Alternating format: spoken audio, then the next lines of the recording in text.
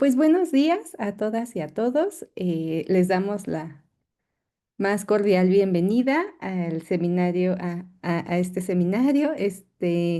Bueno, pues también darle la bienvenida a Vane, que bueno, pues hoy nos acompañará en la sesión. Adelante, Moni. Pues sí, bienvenidos a todos y a todas. Esta es nuestra cuarta sesión del seminario. Em, pues primero vamos a hacer una pequeña recapitulación de lo que hemos visto. Hasta el momento hemos tenido sesiones muy bonitas, muy interesantes, muy enriquecedoras sobre todo, empezando con antropología feminista como problema antropológico, dirigida por la doctora Natiel Escalante. La segunda sesión, violencia contra las mujeres en trabajos masculinizados, por la doctora Magali del Valle Marega. La sesión 3, Mujeres migrantes y violencia en origen, tránsito y destino migratorio, por la doctora Ambar Paz. Esta sesión nos seguimos con esta línea sobre la migración y las mujeres. Entonces tenemos como invitada a la doctora Julia Vanessa Maldonado con la sesión Violencia contra las mujeres trans en tránsito migratorio. Es un gusto para nosotras tenerla en este momento aquí. Y pues está moderada la sesión por Brenda Edith Cetina Juárez. Es un gusto. Muchas gracias. Pues te doy la palabra, Edith. Perfecto, bueno, para empezar, muchísimas gracias. Sean todos bienvenidos a esta sesión. Me permito presentar a la doctora Juliana Vanessa. Vanessa Maldonado Macedo es feminista antirracista, académica y activista que acompaña luchas migrantes y con trabajadoras sexuales. Sus líneas de investigación son migraciones irregularizadas, migraciones de mujeres trans, narrativas de la trata de las personas, efectos de la política antitrata y comercio sexual. Es licenciada en Sociología por la Facultad de Ciencias Políticas y Sociales de la UNAM, maestra y doctora en Antropología Social por el Centro de Investigaciones y Estudios Superiores en Antropología Social, CIESAS. Sus investigaciones de licenciatura y maestría han sido galardonadas con el primer lugar en diversos concursos. Ha sido profesora en la Facultad de Ciencias Políticas y Sociales y Facultad de Derecho en la UNAM. Actualmente colabora como investigadora asociada en proyecto La diversidad al banquillo, percepciones sobre el género, etnicidad e interracionalidad en la justicia penal local de Baja California y Oaxaca, en el Laboratorio Nacional de Diversidades, Instituto de Investigaciones Jurídicas de la UNAM. Es integrante de la colectiva Narrando Fronteras desde los Feminismos, también integrante y cofundadora del GlamSex, Grupo Latinoamericano de Acción Análisis de Mercados Sexuales, y forma parte del Consejo Consultivo del IDEJU, Iniciativas para el Desarrollo Humano, Asociación Civil de Trabajo con Niñeces en Tapachula, Chiapas. Un gusto tenerla de este lado. El día de hoy nos vamos con el tema de violencia y agenciamientos de mujeres trans migrantes en tránsito migratorio. Por favor, les pido a todos los asistentes que mantengan su micrófono apagado. Si requieren de alguna intervención, por favor, háganoslo saber en el chat, por favor. Juliana, el espacio es todo tuyo. Muchas gracias por la presentación, Edith. Muchas gracias, Leti, doctora Leticia Sánchez, por la invitación. Gracias a todas las organizadoras, gracias al equipo técnico. Me siento muy honrada de estar en este seminario en donde hay tantas personas y también por otras razones. Y la primera es que estamos poniendo en el centro a la antropología feminista y eso me emociona muchísimo. Y que hayamos tantas personas poniendo en el centro y trabajando desde las epistemologías feministas o pensando desde las epistemologías feministas es un gran triunfo y un gran logro en la academia. Y también porque el tema que hoy nos convoca es más urgente que nunca. Necesitamos reflexión, corazón y soporte a una comunidad que está atravesando un momento coyuntural en el tema de violencias en el contexto del auge de las derechas en el mundo. Lo que hoy yo les voy a presentar es resultado de mi investigación doctoral. Yo soy, como ya les dijeron, doctora en antropología social, colega de Betty, aunque somos amigas desde hace como, añísimos, desde cuando ninguna de las dos era licenciada, por lo cual también me siento más honrada en este espacio. Eh, bueno, les decía que es el resultado de mi investigación antropológica, pero también de una militancia feminista antirracista que lleva casi 2 décadas de camino. Ahí está. Hoy lo que vamos Hablar es de los devenires migratorios de mujeres trans trabajadoras sexuales que vienen de Honduras, Cuba y Guatemala. Vamos a hablar cómo es su paso por México, cuáles son las violencias que viven, pero también cuáles son las formas de lucha y de resistencia que ellas organizan. Este es un tema muy amplio, así que dividí el texto, la presentación en 5 partes. Perdón, aquí tengo repetido el 4. Lo primero que vamos a hablar y de lo que quiero estar segura es que estamos en un marco común de qué son diversidades exogenéricas. Luego vamos a hablar sobre las geografías y la metodología de mi investigación. Aquí como nota les voy a decir que yo no traigo una lámina de marco teórico. El marco teórico analítico lo iré abordando a lo largo de toda la presentación y en diálogo con las voces de las interlocutoras. La tercera parte es cómo es ser una mujer trans y salir del país de origen. ¿Por qué salen? Entre la violencia estructural y el sueño de vivir otros cielos y cuáles son las especificidades de ser una trabajadora sexual migrante. En la siguiente parte hablaremos de México como una fosa y las violencias que ejerce hacia las personas migrantes. Y finalmente hablaremos sobre qué pasa con las migraciones en la última década, que son las caravanas migrantes, la pandemia y la época antiderechos actual. Bueno, entonces para empezar, aquí quisiera que participáramos esto es lo que le digo, este es el marco común para que todas y todos y todes sepamos si estamos en la misma sintonía. Entonces, ¿alguien aquí sabe qué es orientación sexual, identidad sexogenérica o expresión de género? Así levanten la mano o prendan su micrófono. Sin pena, hay un montón de gente, así que sería bien bonito escucharles y conocerles. Oli, a ver, si nadie dice yo, es que yo no les puedo ver a todas las personas. Estoy en una lap muy pequeña. Bueno, eh, no se preocupen, yo lo puedo abordar. De manera general, esta tesis no trata de identidades, tampoco trata sobre eh, cómo se construye la identidad de género, trata de cómo las mujeres trans viven las experiencias migratorias. Pero es importante que sepamos quiénes son las mujeres trans y que esto es parte de las diversidades sexogenéricas. Parte de las diversidades sexogenéricas es la orientación sexual. En la orientación sexual hay deseo, es el deseo, son los vínculos emocionales, eróticos, sexuales y afectivos diversos. La orientación sexual no es fija, es dinámica y está en constante transformación, y algunas de sus expresiones más conocidas, que no las únicas, pues es la heterosexualidad, la bisexualidad, la sexualidad, la homosexualidad, en donde están las personas gays, lesbianas, y la pansexualidad, entre otras. Por otro lado, la identidad de género es un amplio espectro de subjetividades. Es la autoidentificación y convicción de cada persona. Es en el género en el que yo me siento, en el que yo me vivo, en el que yo nombro como propio. Aquí están las personas transgénero, transexuales, no binarias, fluidas o las personas cisgénero. Las personas trans son quienes su identidad o expresiones elegidas y vividas no corresponden con la expectativa cultural impuesta sobre el cuerpo sexuado al nacer. Hay muchas formas de ser persona trans y esto es muy importante. No hay no hay una sola forma de ser mujer trans, así como no hay una sola forma de ser mujeres cis. Y las personas cis son las identidades que se construyen a partir de un modelo de correspondencia entre caracteres sexuales asociados con la reproducción y las categorías culturales. Entonces, esto es muy importante porque eh, hablar de cisgénero viene también de los activismos, es como un concepto que la academia toma de los activismos para decir que es tan normal ser cis como ser trans y que existimos las mujeres cis y que existen las mujeres trans. Y por otro lado, la expresión de género es cómo nos presentamos ante el mundo, cómo son estos recursos estéticos, los gestos. Si bien hay un binarismo o impera un binarismo en el mundo occidental, no necesariamente son las únicas posibilidades de lo masculino y lo femenino. Y esta expresión de género no necesariamente está vinculada a la orientación sexual. Entonces es muy importante que desnormalicemos que la heterosexualidad, no todo mundo es heterosexual y no todo mundo es cisgénero.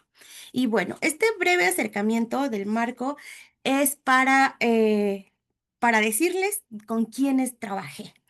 Ahora voy a entrar a un breve acercamiento metodológico para situar mi conocimiento y para situar el diálogo con las mujeres trans interlocutoras de mi investigación que conforman las experiencias que hoy revisamos. Si bien el periodo oficial de mi trabajo de campo fue 2018 a 2019, yo he realizado un trabajo de largo alcance en términos braudelianos y en términos longitudinales, porque desde 2013 trabajo en Tapachula. Este es un mapa del Soconusco Chiapaneco. Tapachula se ubica en el Soconusco Chiapaneco. Yo empecé haciendo investigación con trabajadoras sexuales cis en esa región y la migración me fue llegando como de forma paralela. Yo no iba a trabajar migración. Es más, ni siquiera iba a trabajar trabajo sexual, yo iba a trabajar con el dispositivo antitrata, cómo se vivía la trata de personas en la región, que según la Oficina de Naciones Unidas según Naciones Unidas, Tapachula es uno de los focos rojos de donde se vive la trata de personas en México. Entonces yo iba a trabajar eso, pero al final terminé trabajando con mujeres trabajadoras sexuales y con mujeres migrantes, porque esta frontera sur bueno, primero, el Soconusco Chiapaneco es la frontera sur de México. Son 16 municipios ubicados entre la costa y la sierra. Está conformado por población indígena y población mestiza y su historia es anterior a las fronteras políticas. Esta región está marcada por la movilidad, por las migraciones y cabe señalar que esta región de México es mucho más cercana culturalmente, gastronómicamente, eh, verbalmente, bueno, las formas en cómo se habla a Centroamérica que a otros lugares de México, ya sea del centro o del norte de México. Si bien la división política entre Guatemala y México se establece en 1882, ha habido una fronterización como un proceso permanente y cambiante. Este proceso cada vez ha sido más restrictivo, cada vez ha sido más violento, y es aquí donde comienza lo que autoras como Amarela Varela denominan el muro vertical o autoras como Wendy Vogt denominan frontera arterial. Esto lo denominan como una metáfora que ilustra la forma en que las rutas migratorias no son únicamente una serie de obstáculos a superar en una ruta lineal, sino que son rutas diversas que se extienden a lo largo y ancho del territorio mexicano y se expanden o se contraen en diferentes momentos para frenar o para promover la movilidad de las personas migrantes. Que esto leído desde Foucault, podemos pensarlo como la gubernamentalidad de las migraciones. Actualmente, esta zona, el Soconusco, es el principal sitio de entrada de las personas migrantes irregularizadas, personas que entran al país sin documentos migratorios, y esto también da cuenta de procesos necrocapitalistas en la región. Hace 15, 20 años los principales flujos de entrada por esta región venían de Centroamérica, luego ya era de Sudamérica, pero actualmente vienen personas de todo el mundo, personas de diversos países de África, de Asia, y ahorita Tapachula, que es la ciudad principal de esta región y que es en donde se concentran las personas migrantes a vivir, a esperar, a hacer trámites, es un crisol de nacionalidades, de culturas, de sabores. Eh, Otro proceso que ha cambiado es que está el sitio de entrada para estas migraciones irregularizadas, que su principal destino era Estados Unidos. No necesariamente, a veces también era Canadá, Estados Unidos, pero principalmente eran Estados Unidos y Canadá. Bueno, entonces, siguiendo con la metodología de mi trabajo, eh, después de cuando comienzo a hacer el doctorado en 2000 y casi 18, que 16, 17, ya no recuerdo cuándo inicié el doctorado, también quise hacer un trabajo comparativo entre Frontera Sur y Frontera Norte. Entonces, en 2019, bueno, en 2018 me tocan las caravanas, me toca la entrada de las caravanas migrantes, de estas primeras y masivas caravanas. Entonces me sumo a la atención humanitaria, me sumo al cuerpo humanitario que las estaba acompañando y sosteniendo. Y en 2019 me mudo a Tijuana para seguir trabajo de campo. La antropología, una de las es que no creo que sea correcto decirle bendiciones, pero una de las cosas más bonitas que tiene la antropología es poder hacer trabajo de campo de mucho tiempo. Cada vez se puede menos porque los recursos económicos son más limitados, porque los proyectos cada vez son más urgentes, pero hacer trabajo de campo de larga duración te permite involucrarte de manera profunda con las personas y yo digo que diferenciada a cuando la gente va 3 días y a entender de manera distinta las prácticas locales. Bueno, entonces a nosotras en el doctorado tenemos, creo que si esas todavía lo tiene, un año completo para poder hacer trabajo de campo. Entonces, la mitad lo hice en Tapachula, la otra mitad me voy a Tijuana y en Tijuana yo no tenía ninguna red. Lo que hice fue entrar a trabajar a un albergue que recibía personas migrantes LGBT. Y entonces ese espacio me permitió conocer personas migrantes LGBT que estaban solicitando refugio, pero también me permitió ser el puente entre personas que yo conocía desde Frontera Sur que pudieran llegar a vivir a Frontera Norte. Al mismo tiempo, como les digo, trabajo con trabajadoras sexuales, pues salía a hacer trabajo a los espacios a la calle, bares, cantinas, en donde se ejerce el comercio sexual. Y entonces Tijuana se vuelve un espacio que atraviesa mi vida. Mi trabajo de campo acaba en diciembre de 2019, pero yo en 2021 regreso a vivir a Tijuana, todavía estoy todavía estoy escribiendo la tesis. Puedo hacer más trabajo de campo porque estaba ya la pandemia. Luego, 2022, me mudo a San Pedro Sula a hacer trabajo, otro tipo de trabajo, pero igual con trabajadoras sexuales, trans y cis. Y por supuesto, es uno de los lugares en donde muchas personas migrantes salen.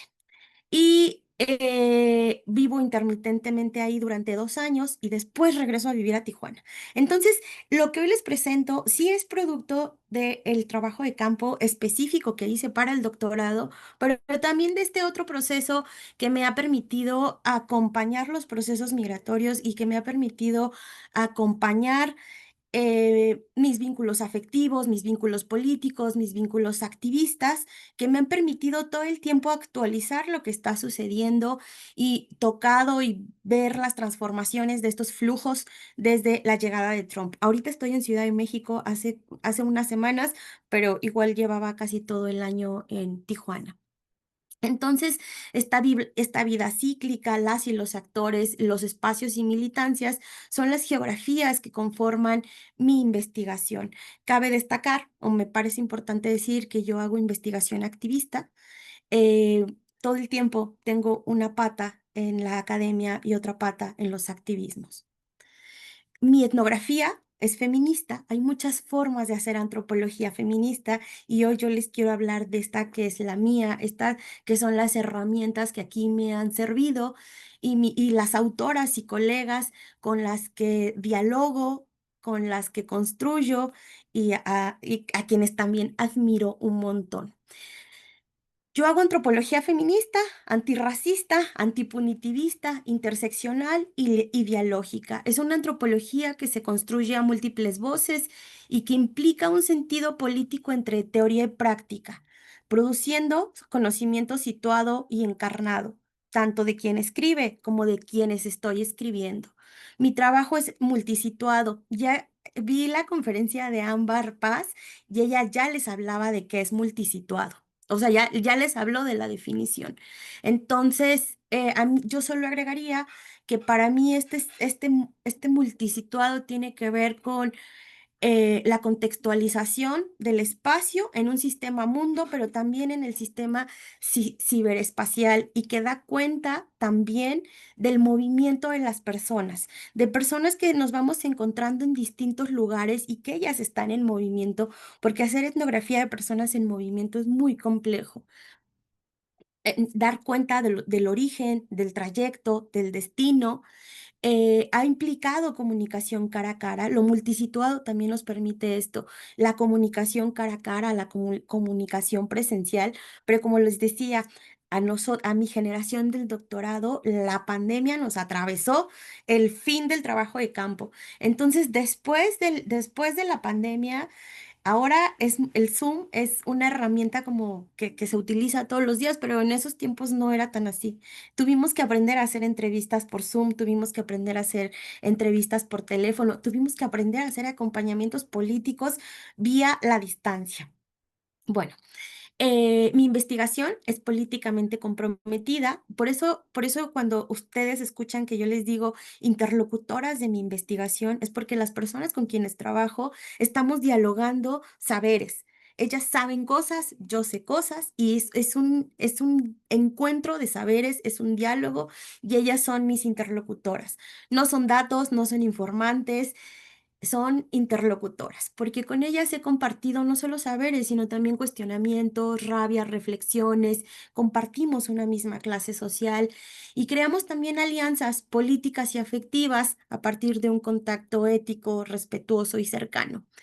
Y finalmente, yo hago investigación desde la reciprocidad. Este es un tema clásico en la antropología y me gusta poner al centro que yo no me apropio de historias, tampoco hablo por nadie, apuesto por defender el respeto, el amor y la ternura junto a la rigurosidad teórica y metodológica antropológica desde esta perspectiva de una mujer antropóloga social, de una mujer cis y bisexual. Bueno, entonces... y así como se reconfigura la política, las políticas migratorias de muerte, se reconfiguran las políticas de vida que llevan implícitas las luchas migrantes y la defensa por la vida y por la dignidad. Para hacer mi investigación, yo realicé trayectorias de vida con mujeres trans en su trayecto migrante por México. Ellas todas con las que yo trabajé son trabajadoras sexuales desde sus sitios de origen, que ya les dije de dónde son. Acompañé a las caravanas migrantes, formando parte de un colectivo que se llama, porque todavía existe, Observatorio de Monitoreo y Derechos Humanos de las Caravanas. Y también hacía trabajo en hoteles, cuarterías, las calles, acompañando los procesos que hacían en redes sociales las trabajadoras sexuales. Y entonces las trabajadoras sexuales trans migrantes me permitieron conocer también los procesos de inicio y negociación que implica el trabajo sexual en este país en guerra, en este México tan herido, en este México fosa. Me permitieron conocer también las particularidades del oficio y cómo se intersecciona las migraciones con el comercio sexual. Como fue una investigación activista, denme un segundo, voy a tomar agua. Todas las fotos de las que ustedes verán hoy, bueno, no todas, la mayoría son de cómo mis interlocutoras quisieron presentarse con las personas con quienes yo presento la investigación. En esta foto que ustedes ven en la pantalla, una de ellas es Maybelline. Con sus compañeras caravaneras. Esta foto la tomaron ellas durante las caravanas porque ellas también registraron su propio proceso. Ella en 2018 llega a México en una caravana migrante, logra llegar a Ciudad Juárez, en una estación migratoria en donde vivió vejaciones y constantes violencias. Cabe destacar que en las estaciones migratorias no hay una perspectiva, no hay una perspectiva de género, no hay una atención con perspectiva de derechos humanos. Las mujeres trans son encarceladas junto a las personas que corresponde el mismo sexo biológico, pero además, cuando ellas no están de acuerdo, pues las doble encierran. O sea, las encierran en espacios más pequeños para que no estén en contacto con nadie más. Cabe mencionar que esta estación migratoria de Ciudad Juárez, en donde estuvo Maybelline, es en donde fueron asesinadas 39 personas, calcinadas y otra decena de hombres heridos, después de un fuego que en protesta contra las violencias vividas por las personas migrantes, el fuego se sale de control y policías y agentes de migración, lejos de aplicar un protocolo para salvaguardar la vida de las personas durante el inicio del incendio, cierran las celdas con candado deliberadamente y así es como dejaron dormir a las personas migrantes. Bueno, esto no le tocó a Maybelline, pero es parte de lo que pasa en estos espacios de encierro y en estos espacios de violencia. Debido a esta deshumanización política y migratoria y a la tortura a la que son sometidas las personas detenidas y encarceladas, que oficialmente se llaman personas detenidas. No, ahorita les digo cómo se llaman oficialmente, pero de facto son encarceladas. Y hay una masculinización permanente de que hacia ellas.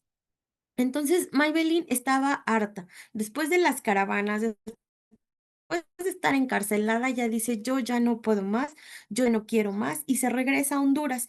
Ella es de una ciudad que se llama Choloma, pegadita a San Pedro Sula. Ahí me la encontré cuando yo llego a vivir, el mundo es tan pequeño que cuando yo llego a vivir a San Pedro Sula, nos encontramos otra vez, y bueno, ella se quedó allá, ahora es activista en su ciudad de origen, pero me parece importante poner en el centro esto, que a veces el trayecto es tan complicado que la gente dice, ya no puedo, mejor me regreso, que, que viven violencias y vejaciones a sus derechos, pero ¿me escuchan? Sí, todo Sí, bien. sí, te estamos escuchando, todo bien. Ah, súper, gracias. Muy bien. Bueno, pues entonces ahora vamos a hablar sobre salir del país de origen, entre la violencia estructural y el sueño de conocer otros cielos. Eh, Como ya también lo vieron con Ámbar, porque acaba de pasar y también fue migración, la migración es multifactorial. Bueno, y cabe destacar que Ámbar, Leti y yo fuimos compañeras de doctorado, pero también amixas hace tiempo. Entonces también sabemos que trabajamos. Hay desplazamientos forzados por violencias, hay desplazamientos medioambientales. En el campo de las movilidades LGBTIQ, en la primera década del siglo XXI, a estas movilidades LGBTIQ les denominaron sexilios, es decir, que era un éxodo por identidad sexual o exilio sexual. Esto fueron varias y varios autores.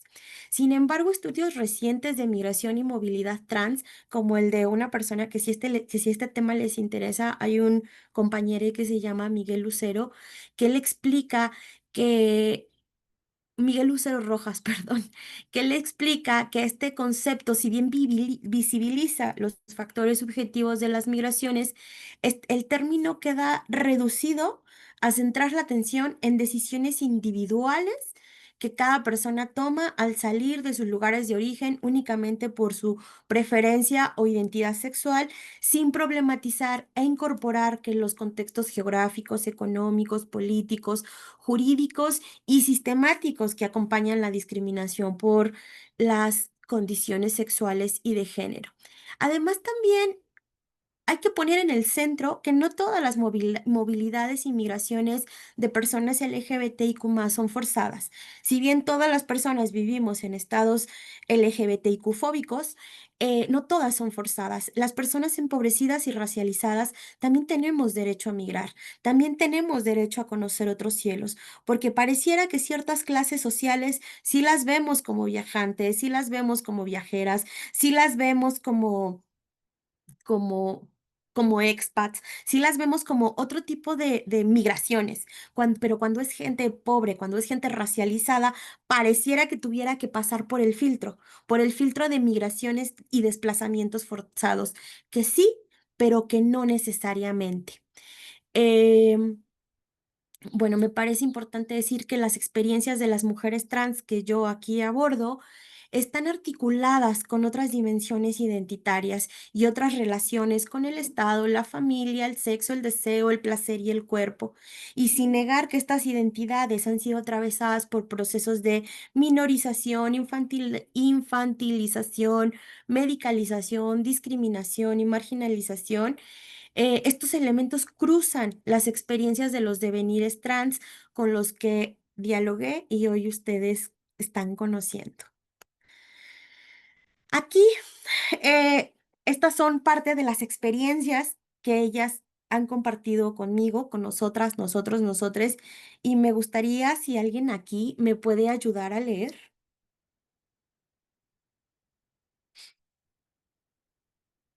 Hola, buenas tardes a todas. Buenos días todavía. Te leo el primero. Yo fui... Hola, perdón, hola Masabi, quería decir, ¿así se pronuncia? Sí, es correcto. Muchas Gracias. gracias. Sí, te Sal- escuchamos. Salir de Cuba. Yo fui presa porque me echaron el peligro en el 2010. El peligro es una medida que el gobierno te pone, escudándose en que tú no trabajas o que no le sirves al gobierno o que no cumples la moral revolucionaria. Pero es que igual cuando vas a buscar trabajo, tampoco te dejan trabajar vestida de mujer. O si ven que eres transexual, no te dejan trabajar en ciertos trabajos o no te dan el trabajo simplemente. Además, cuando te detiene la policía, te dicen en la cara que te lo hacen por estar vestida de mujer. O te llevan y a veces no hayan ni qué decirte del por qué te llevan para una unidad de policía. Te encarcelan y solo te dicen que es porque estás en la calle vestido de mujer. Y que te arresten por vestirte de mujer no está en ninguna ley, pero lo hacen. Que metan a una persona a una unidad de policía o a una prisión 2 o 4 años por no trabajar o por vestirse de mujer. No pasa más que en Cuba. En ningún país del mundo le obligan a uno a trabajar, porque tú sabes que si no trabajas, a quien afectas eres tú. El Estado no debería obligarte. Entrevista con Java, Tijuana, México, 17 de agosto del 2019. Muchas gracias, Masabi. Vamos a leer las otras dos. ¿Alguien por ahí que quiera leer? Ya, yo puedo apoyar. Mayra. Sí, hola, Vane. Hola, Mayra, mucho gusto. Pues ya nos conocemos. Estudié con Ana Karen, un gustazo. ¿Cómo? Te digo, ya nos conocemos, pero luego platicamos de eso. Es que estudié con Ana Karen. Es que no te veo. A ver, espérame. Bueno, de ahí luego nos conocemos. Claro, claro. Gracias. Aquí ya socializando. Ok, salir de Honduras. En Honduras, las trans somos personas muy, muy vulnerables porque se nos han negado muchos derechos, como el derecho a la educación, el derecho a una vivienda digna, el derecho al trabajo, el derecho a atenciones médicas.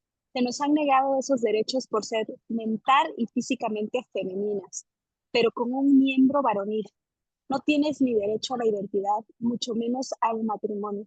Entrevista con Estrella, Tijuana, México, 8/07/2019. ¿Quieres que te ayude a leer el próximo? De una. Ok. Salir de Guatemala.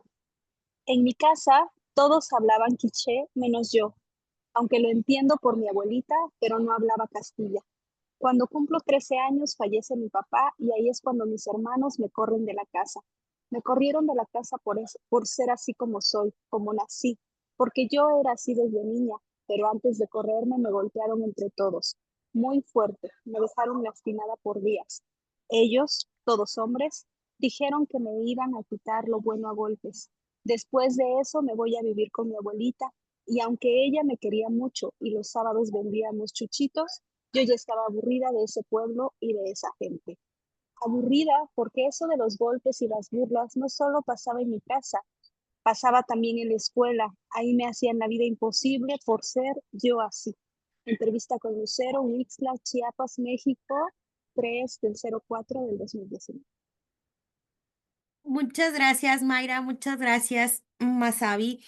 Quiero primero hacer una nota. Mampa, culero, pájaro, hueco son adjetivos con el que se les denomina peyorativamente a las personas homosexuales o gays en Tapachula, Honduras, Cuba y Guatemala. Y si bien en las relaciones sociales es despectivo, ha sido una palabra despectiva, integrantes de la comunidad le han subvertido y así también se autodenominan afectiva y políticamente. Por ejemplo, en Tapachula, quienes pertenecemos a la comunidad nos decimos mampas, como una reapropiación política tanto de las palabras locales como también resignificando este odio. Es importante ver que estos elementos de los que nos hablan Estrella, Java y Lucero nos dejan ver cómo el machismo, el sexismo, la homofobia y la transfobia se producen y reproducen en diversos espacios. Son efectos de dispositivos biopolíticos y de sexualidad en términos Foucaultianos que buscan controlar y normalizar ciertas prácticas dicotómicas binarias, por supuesto, cis heterosexuales, a partir de distintos disciplinamientos y disciplinamientos que implican violencias y que operan en sociedades capitalistas y no capitalistas. Son violencias heteronormativas, violencias de mandatos cis heterosexuales hegemónicos y obligatorios que organizan un deber ser de los cuerpos, un deber ser de, de las sexualidades, un deber ser de las prácticas y, por supuesto, los deber ser de las emociones y vidas de las mujeres.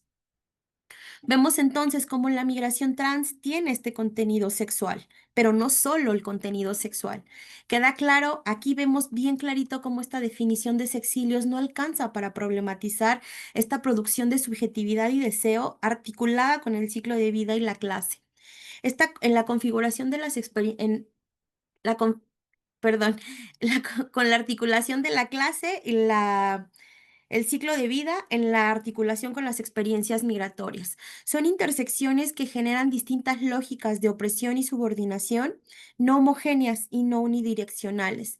En estas narrativas vemos el deseo subjetivo, pero también la vivencia de exclusión de diversos derechos, como nos lo explica Estrella muy claramente. Vemos también la construcción de un sistema punitivo y policíaco en la sexualidad, como nos lo explica Java. Y vemos también los tipos de violencia, los tipos de dura violencia que viven las mujeres trans desde su infancia y que parece que hay un mundo que lo ha normalizado, como nos lo explica Lucero. Bueno, ahora vamos a ver la especificidad de ser trabajadora sexual y ser una mujer migrante. Otra vez les voy a pedir acá, ¿quién me ayuda a leer? Porque yo me estoy quedando sin voz.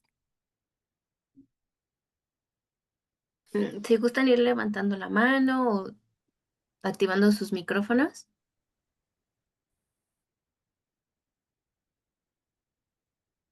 Hola. Mm. Ah, súper, ahí Adriana, por tenemos favor. dos. Ajá. Adriana, muchas gracias y mucho gusto. Hola, buen día. Una disculpa por no poder prender la cámara. Estoy en el trabajo, entonces eso me imposibilita un poquito. Le apoyo con el primero. Gracias. Honduras es un país muy machista. Cuando no sales a la calle con tu pareja, no solo no pasa solo que te discriminen. Yo porque eso escribí golpizas y maltratos psicológicos, verbales, físicos, morales y hasta un intento de homicidio por ser una mujer trans. Eso fue lo que me obligó a emigrar de mi país de origen, primero hacia Guatemala, en donde viví unos años, pero luego en Guatemala también sufrí mucha discriminación por lo mismo, por ser mujer trans, por ser una mujer con miembros masculinos. La verdad que eso pasa en cualquier espacio público, pero lo más difícil fue ver cómo mis compañeras trabajadoras sexuales fueron acribilladas por miembros activos de la Mara MS. Aunque ser trans también me ha permitido conocer muchas ciudades de Centroamérica, de México, conocer lugares, tener acercamiento con otras personas, no hubiera tenido entrevista con Estrella, Tijuana, México, 0407-2019. Gracias, Adriana. Había otra persona que había levantado la mano. ¿Eres tú, Mónica? Ah, no, y Tati, sí. Hola, muchas gracias. Hola, Bueno, pues no gracias voy a a prender ti. la cámara porque se me va la señal. Pero bueno, Súper. yo leo el siguiente. Yo salí de Cuba primeramente por la persecución policíaca que hay en contra de nosotras y en contra de toda la comunidad LGBTI más. Es terrible aquello. En segunda salí por la economía, pero esa es mala en todos los países latinoamericanos, no solo allá. Entonces, principalmente me fui por la persecución policial, por los problemas políticos allá. En Cuba te meten presa por vestirte de mujer. La policía tiene sus temporadas en que hacen muchas más recogidas en la calle de transexuales. Te ven por la noche en cualquier calle y te dicen que te estás prostituyendo, lo hagas o no. Te llevan para la unidad de policía y puede que salgas al otro día. Puede que salgas a los 5 minutos o puede ser que salgas después de que te sancione un juez y te echen 1, 2 o 3 años en prisión por índice de peligrosidad. Entrevista con Java, Tijuana, México, 20 de agosto del 2019. Muchas gracias, Itati, y muchas gracias, ay, se me fue el nombre, Adriana, por su lectura y por darle voz a Estrella y a Java. Ser una mujer trans en América Latina es jugarse la vida día a día entre la transfobia, el sexismo y los transfeminicidios cotidianos y normalizados. Y aunque en Honduras se vive una transfobia y violencia extrema e institucionalizada, no sucede solo ahí. Cualquier mujer trans en América Latina puede formar parte de las estadísticas que indican que la esperanza de vida de las mujeres trans en la región es de 35 años, la mitad del promedio de esperanza de vida de las mujeres cis. Cabe destacar que en Honduras también es sitio importante de activismos LGBTIQ, no solo de violencias. Estos activismos han tomado mucha fuerza a partir del golpe de Estado en Honduras en 2009. Hay un caso muy importante a nivel internacional, que es el caso de Vicky Hernández. Ella fue una mujer trans, activista, antigolpista y defensora de derechos LGBTIQ, que fue asesinada por agentes policías o agentes policíacos del Estado durante una protesta social en contra del golpe de Estado en Honduras en 2009. Y Vicky no solo fue asesinada a manos de estos agentes policíacos, sino que tampoco se efectuó la debida diligencia en la investigación de su transfeminicidio. Debido a la corrupción e impunidad nacional, este caso fue llevado a la Corte Interamericana de Derechos Humanos por una organización que se llama Red Lésbica Catrachas y que les recomiendo que vean su trabajo porque es impresionante tanto el seguimiento de noticias como la sistematización de violencias hacia la comunidad LGBTIQ.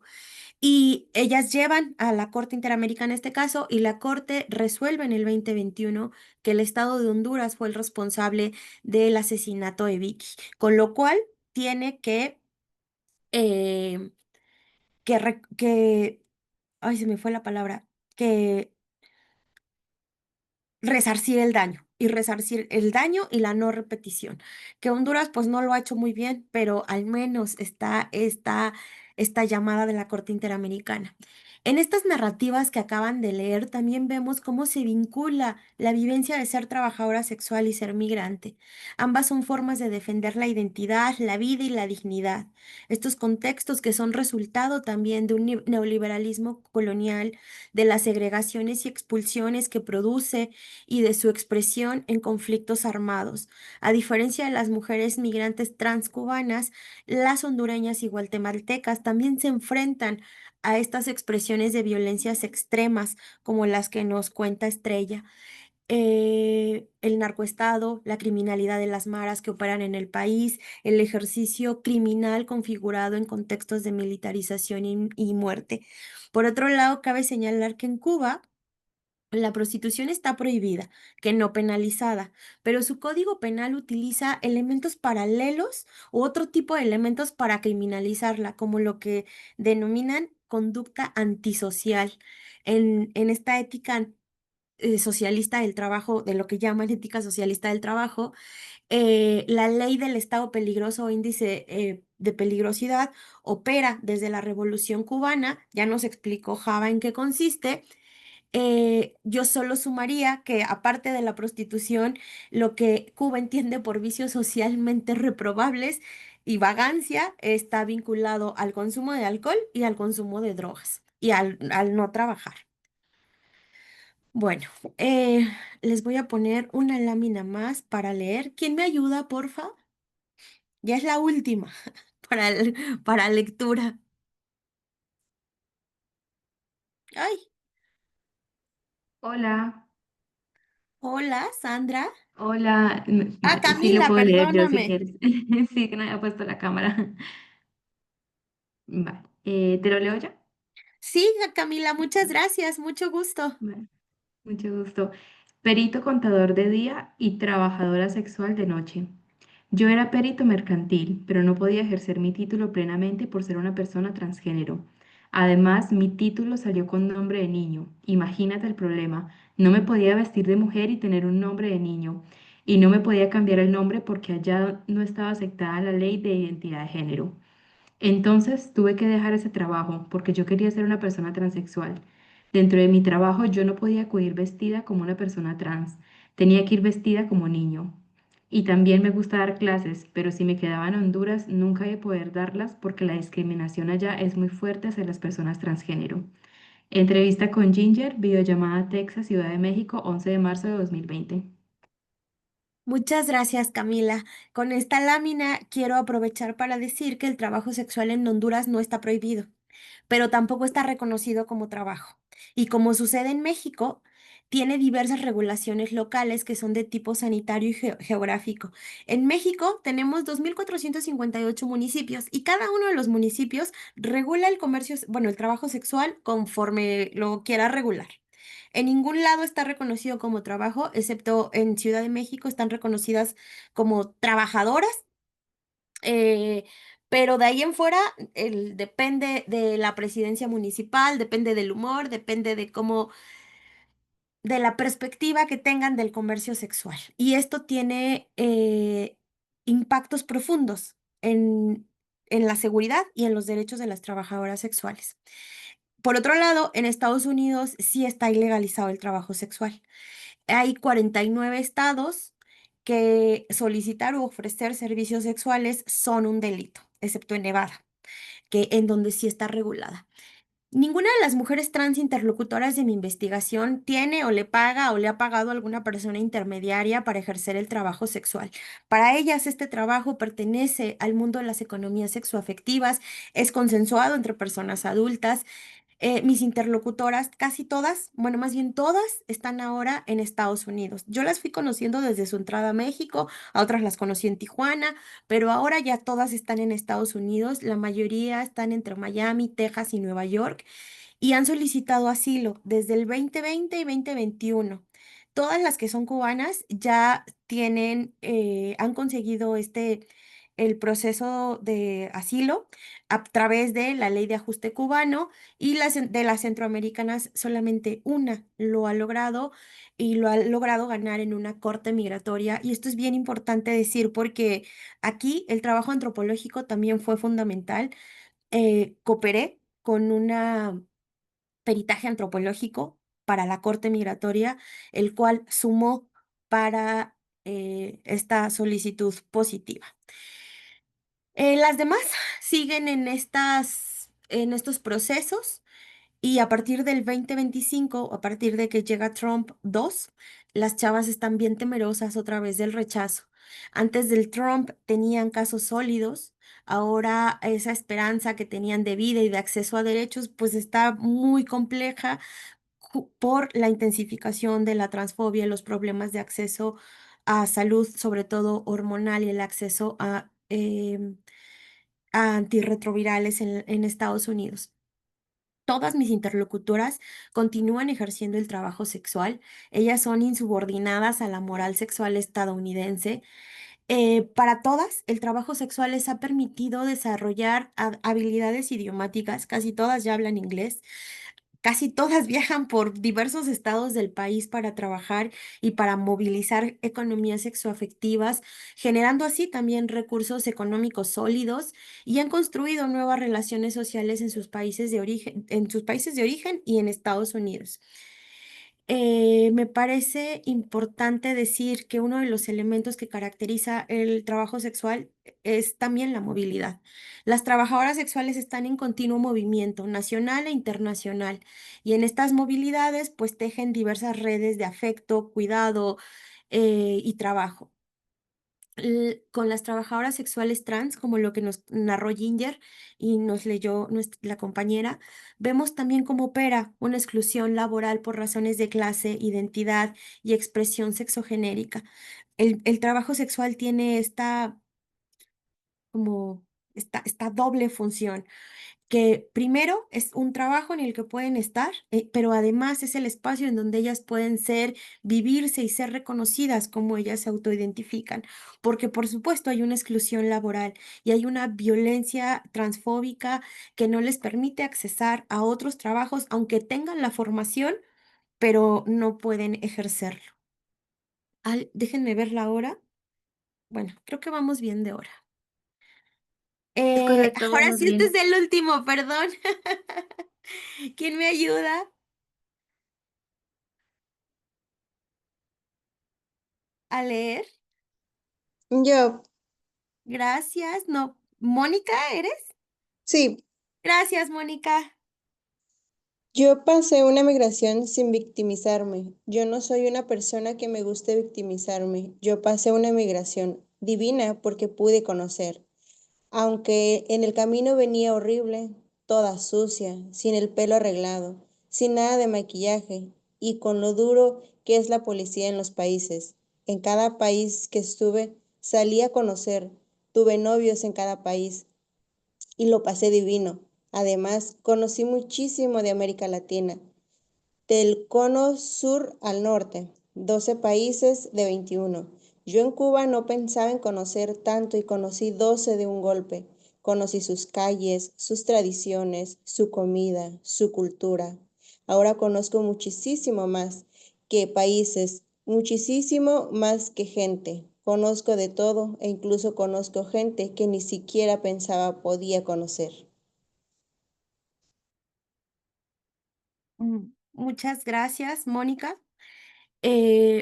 Bueno, ella es paletica y esta es una foto de cuando estaban cruzando el Darién, de cuando cruzaron ya el Darién.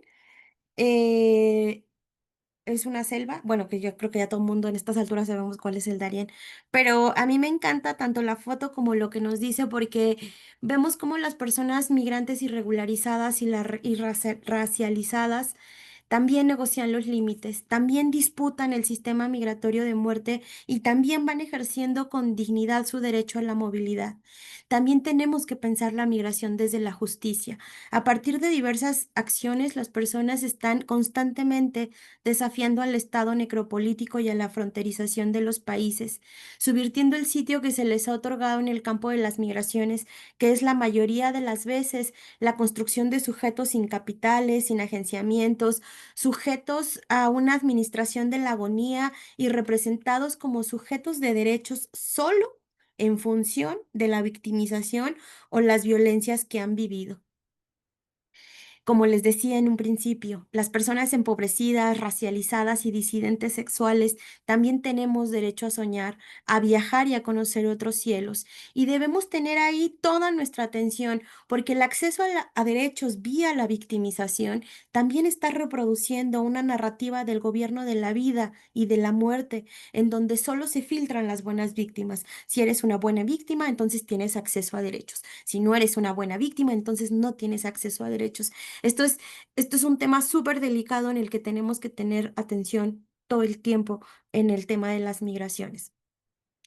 Entonces, como vemos, todas las personas, de alguna forma, o somos migrantes o la migración nos atraviesa de alguna forma, ya sea con algún familiar, ya sea en nuestra historia familiar de donde venimos, o ya sea de alguna forma. Y no hay una sola razón para la migración, sino una diversidad de circunstancias. Pero a mí me parece muy importante poner en el centro la pregunta, ¿qué diferencia a las migraciones? ¿Cómo es el sistema de visado para las personas europeas y blancas? ¿Cómo es el sistema de visado para las personas centroamericanas? Las personas que viajan sin visa no es porque quieran, es porque la política migratoria está diseñada desde el clasismo, desde la xenofobia, desde la racialización, para facilitar unos flujos y para entorpecer otros flujos.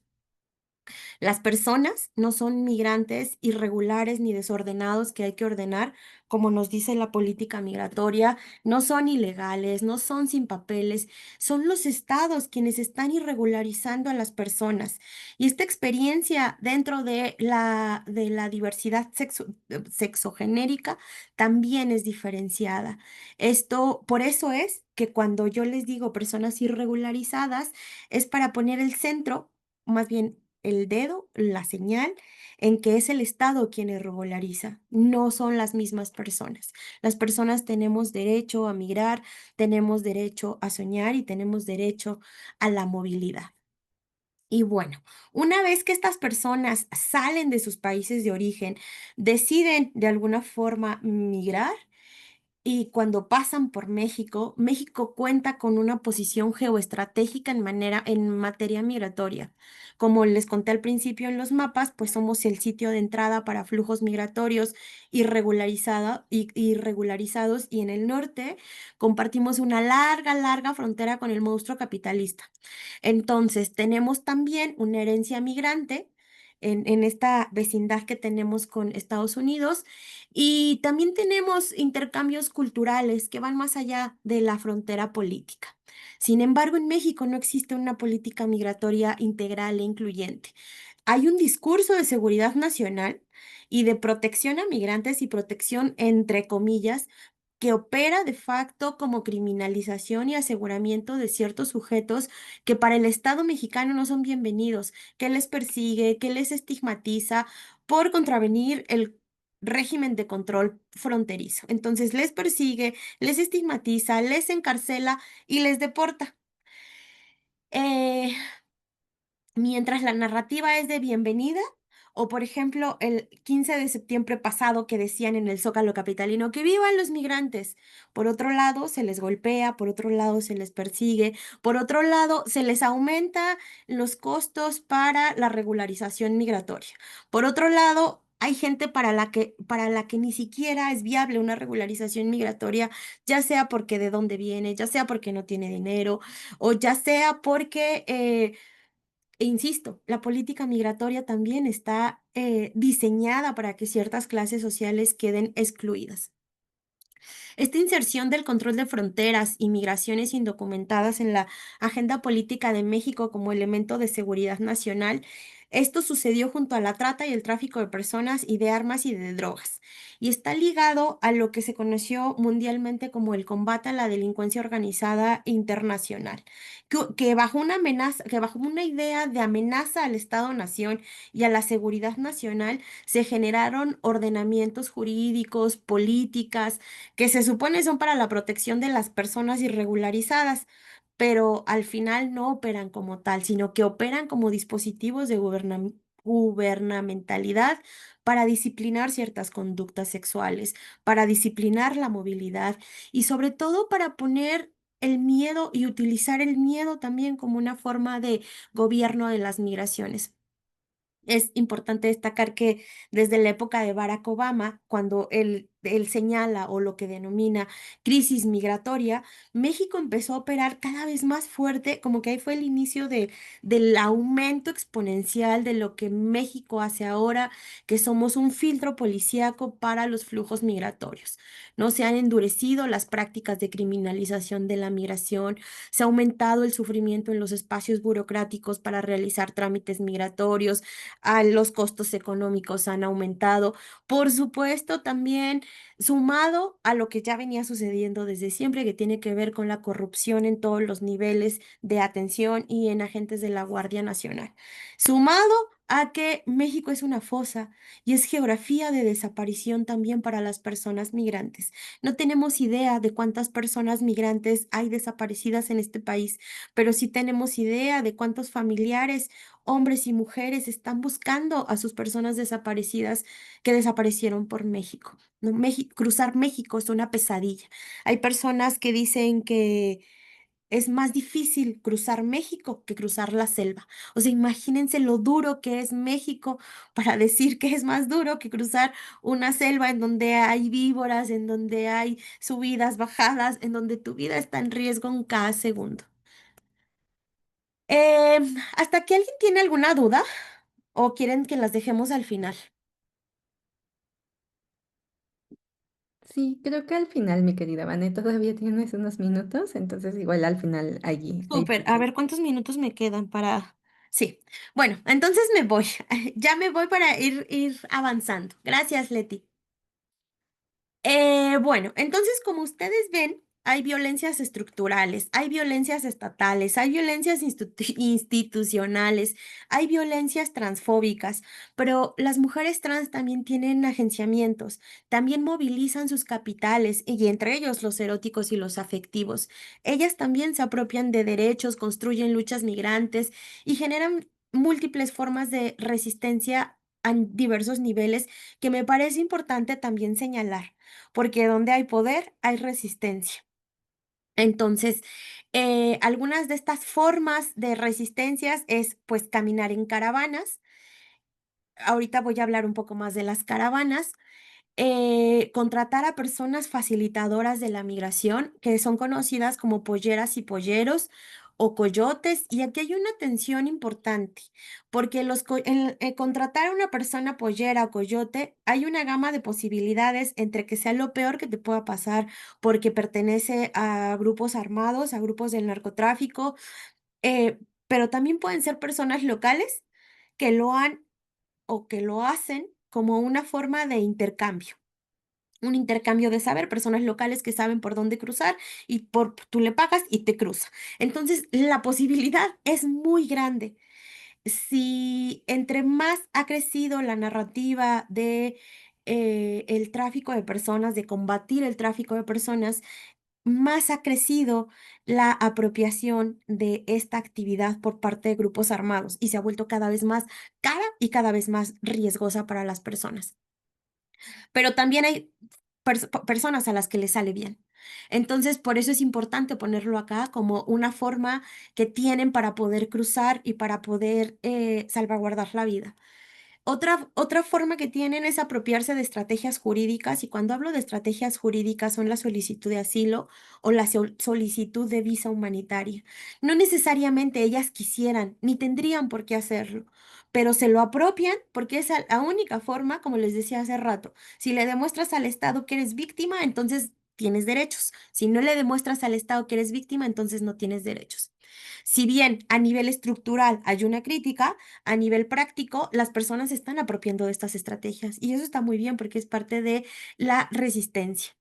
Otro elemento que para mí es importantísimo poner en la mesa porque tiene que ver con las emociones es escuchar a la intuición. Esta es una potencia epistemológica situada. Es una forma, la intuición es una forma legítima de conocimiento encarnado, relacional, es con las emociones, cuerpo y performatividad. Están cuestionando la jerarquización del conocimiento positivista y patriarcal, ¿no? Entonces, ellas, la intuición les dice les conecta a su historia de saberes viejos, de lo que están aprendiendo en el presente, pero también en el futuro. La intuición es parte fundamental de la lucha y la resistencia cotidiana y aprendizajes. Otro elemento son las economías sexoafectivas y trabajo sexual. Es importante decir que las trabajadoras sexuales trans viajan en mucho mejores condiciones que otros grupos migratorios. Ustedes, pues me imagino que han leído o han visto cómo, por ejemplo, viajan las familias, las madres cis que viajan con dos, tres niños o embarazadas. A diferencia de ellas, las mujeres trabajadoras sexuales van generando recursos económicos y esto es importante porque los recursos económicos les permite la subsistencia, les permite la vida, sostener la vida cotidiana. Pero además una cosa que tienen las trabajadoras sexuales es que frente a toda esta violencia, les permite generar redes de apoyo entre pares, pero también redes de apoyo en la ruta migrante con organizaciones, con agencias internacionales. Esto es algo que no tienen otros grupos de migrantes. Esta construcción de comunidad con estas otras organizaciones mucho antes de llegar a los espacios, a las ciudades de paso migrante o a las ciudades en donde se quedan un tiempo o a las ciudades en las que van a migrar. Y finalmente, estas relaciones que tienen con ONGs y con organismos internacionales, con todos los cuestionamientos que podemos tener hacia la moral humanitaria, Para ellas, estas instituciones también son parte de la apropiación de derechos y también son quienes las están acompañando y también son quienes están acuerpando la exigencia de derechos ante el Estado. Finalmente, otra forma de agenciamiento son los activismos diversos. Las mujeres trans, para mí esto es bien bonito y para mí fue un gran descubrimiento porque las mujeres trans están politizadas. Las mujeres trans están en pie de lucha permanentemente. Están organizadas en temas de reconocimiento a la identidad, están organizadas en temas de reconocimiento a derechos, están organizadas en construir espacios de seguridad. Y esto también tiene que ver con resistencia y lucha migrante. Como les decía, las caravanas, caminar en caravanas es parte de estas formas de lucha migrante. Y las caravanas centroamericanas formaron parte de la conformación de un movimiento migratorio que tomó fuerza a partir de los últimos 10 años. Y el origen de las caravanas es en el 2010, cuando personas migrantes de Centroamérica, que venían principalmente de Honduras, Guatemala y El Salvador, fueron acompañadas por activistas y sobre todo de personas activistas religiosas y defensoras de derechos humanos que convocaban cada año a lo que llamaban Vía Crucis o caravana migrante, o caravana o Vía Crucis migrante. También el otro origen es la caravana de madres centroamericanas, que es las madres buscadoras, lo que les decía hace rato que están buscando a sus hijas e hijos. Esta caravana también tiene varios años que viene cada año al país.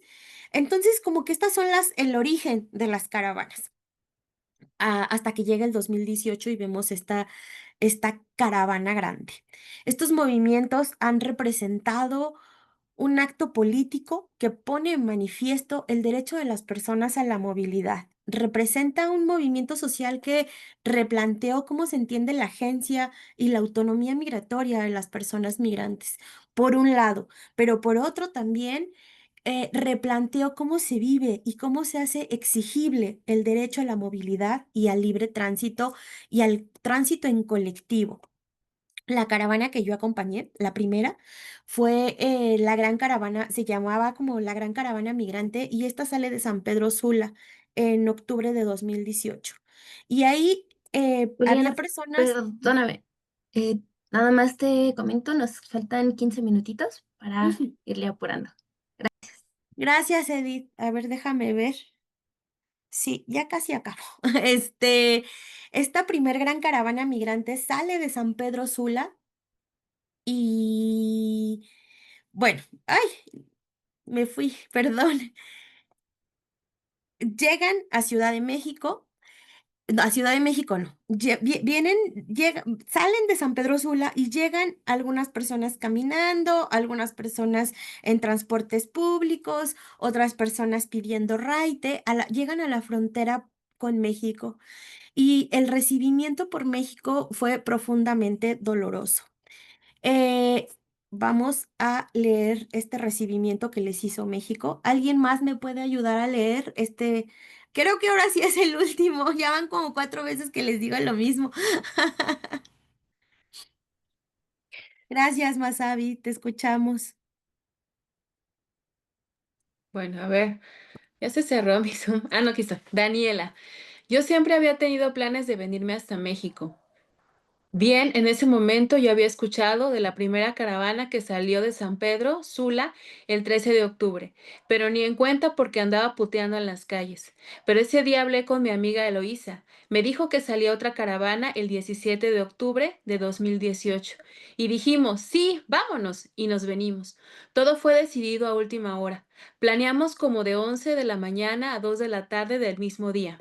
Salimos con Michelle, Brittany y ya en el camino encontramos a Carlos y Mauricio e intentamos mantenernos juntas todo el camino, mientras se pudo. Y de ahí venimos las locas, Daniela.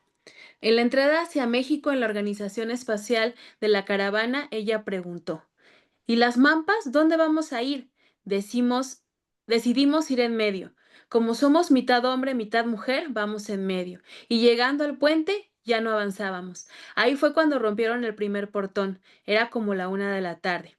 Ahí ya había federales y estatales y la gente había comenzado a correr para cruzar el puente. Empecé a correr y a gritarle a los culeros, ¡vénganse, mampos! Lo que queríamos era estar juntos, no separarnos, porque ya habían comenzado los enfrentamientos.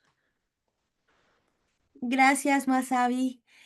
eh, Acercarnos a las memorias de la experiencia migratoria de Daniela permite abrir una ventana etnográfica que muestra la manera específica en que las violencias del aparato migratorio marcan los cuerpos de las mujeres trans y su testimonio también da cuenta de las estrategias de resistencia colectiva que desarrollaron en el trayecto migratorio. Desde esta perspectiva, las caravanas fueron resistencia, también fueron resistencia, poder, esperanza y un desafío colectivo a las fronteras políticas. Y la historia de Daniela y de otras compañeras trans son también un desafío al régimen político heteronormativo. Ella nos explica cómo vivió la frontera desde los sueños que la motivaron antes de llegar a ella y desde las dimensiones sociales, a partir de su carácter relacional y situacional, materializados en la experiencia de su cuerpo, un cuerpo que también es erótico, sexual, sexualizado, deseante, con capitales, potencias, resistencias y en donde también operan posibilidades de agenciamiento y acción política. Con estas caravanas, al mismo tiempo, es la primera vez que las personas migrantes LGBT se autoorganizan y se hacen expresivas abiertamente como colectivo. Viajaban con sus banderas. Desde esa primera de 2018 hasta la actual que está pasando en Tapachula, ha sido una de las cosas más importantes, que las personas de la comunidad se han autoorganizado. Pero otra es que la atención humanitaria también se ha conformado como un cuerpo para acompañarlas, atenderles, debido a que hay condiciones y necesidades específicas, debido a la violencia transfóbica, homofóbica, lesbofóbica que habita toda nuestra América. Me voy a ir más rápido. Aquí les iba a contar un poco sobre la organización de la atención humanitaria, pero aquí me voy a ir más rápido y solo les voy a decir que el primer albergue que recibe personas LGBTIQ más abiertamente es el módulo de la 72 en Tenosique, 2016. Desde antes ya recibían. Pero en otros albergues, cuando yo comienzo a trabajar, por ejemplo, en Tapachula en 2013, en los albergues les decían a las personas trans, no, si era una mujer trans, le decían, no, mijo, no puedes andar vestido así. No, no, no, cámbiate. Si era un chavo trans, no, mija, no, no, no, tú eres mujer, no puedes andar vestida así. Entonces, sobre todo, que son las expresiones más visibles, no tenían espacios de seguridad y además la violencia eh, que vivían dentro era durísima. Por eso es que se hizo importante la construcción de estos espacios. Y otra cosa importante en la construcción de estos espacios es que la mayoría han sido construidos a partir de la autoorganización de personas LGBTIQ, unas migrantes, otras deportadas y otras trabajadoras sexuales. La siguiente parte de la que les voy a hablar es qué pasa en la pandemia. Entonces, yo les estoy hablando 2018, 2019, 2020, llega la pandemia. Ya había una dinámica de una de las apropiaciones jurídicas que les dije es la solicitud de asilo, ya fuera en México o ya fuera en Estados Unidos. Pero llega la pandemia en el 2020, bueno, llega desde el 2019, pero acá a México, Estados Unidos llega en el 2020. Entonces se cierran las fronteras. Y sobre todo, estas fronteras se cerraron diferenciadamente. Se cerró más tiempo. La gente de México no podía pasar a Estados Unidos, pero la de Estados Unidos sí podía pasar a México. La gente de México tuvo que detener sus trabajos para cruzar a Estados Unidos, pero los estadounidenses podían seguir viniendo a tomar y a hacer lo que quisieran de Estados Unidos a Tijuana.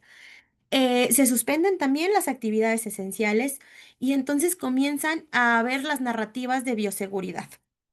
Las personas migrantes irregularizadas antes eran amenazas terroristas. Antes eran las amenazas que nos vienen a quitar el trabajo. Antes eran las amenazas, era el peligro a la seguridad y ahora se convierten en amenazas biológicas.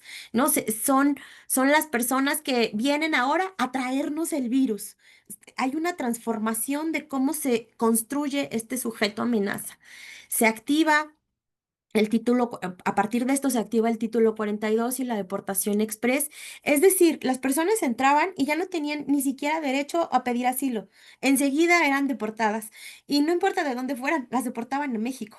Y entonces en México hubo un problema, y sobre todo en Tijuana, que es donde yo estaba, hubo un problema grandísimo, porque las personas de todos los países eran deportadas a México.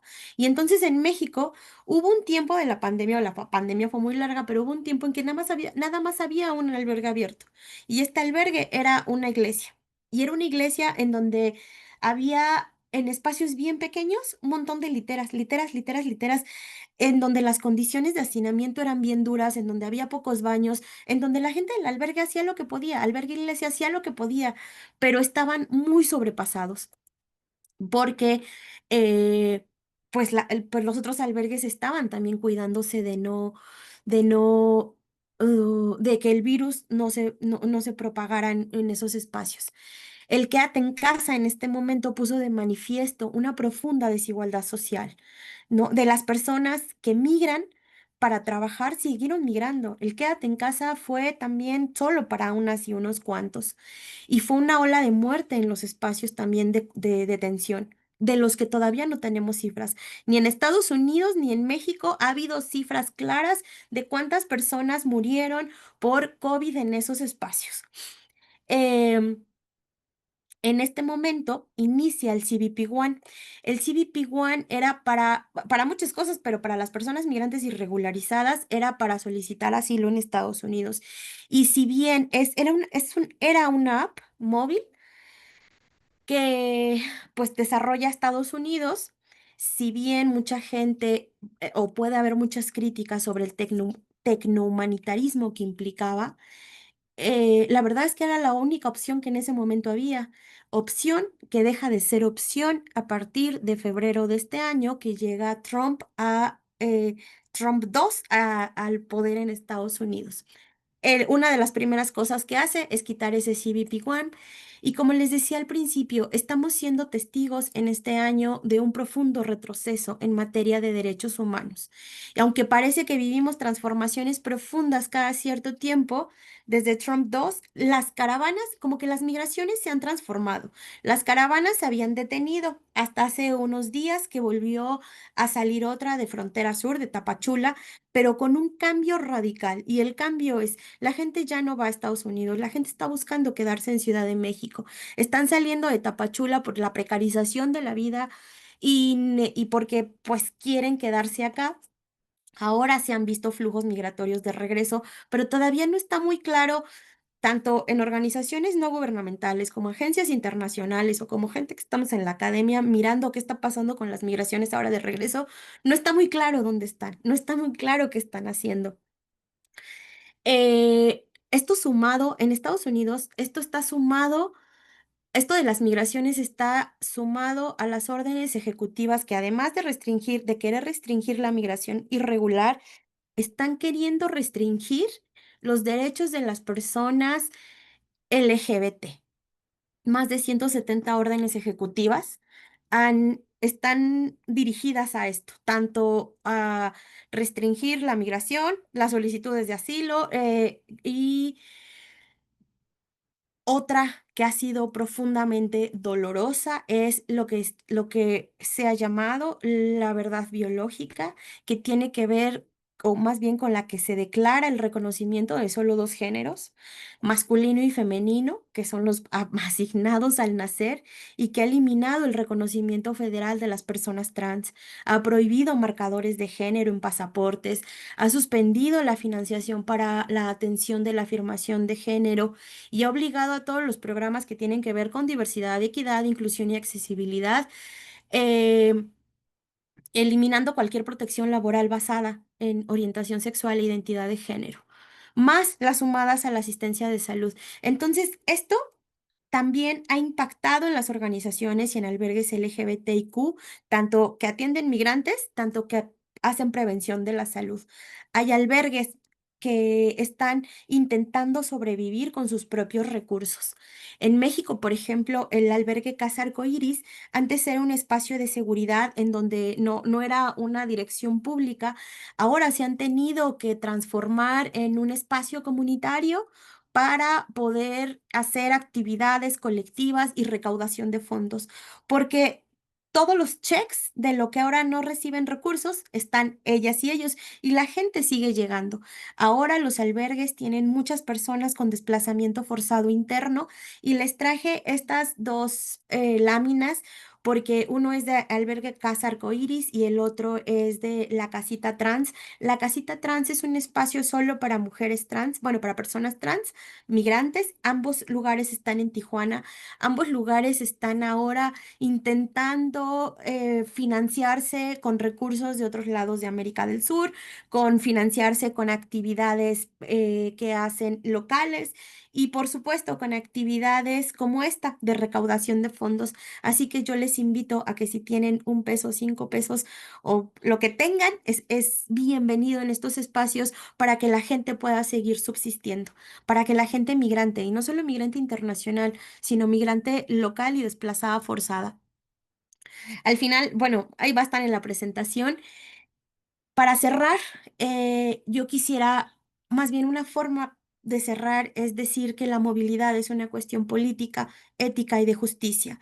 Las personas no tendrían por qué poner en riesgo su vida para cruzar fronteras, no tendrían por qué ser violadas, mutiladas, perseguidas, criminalizadas o gaseadas por un sistema migratorio y fronterizo que se construye sobre irregularizar a las personas pobres, racializadas, precarizadas y disidentes sexuales.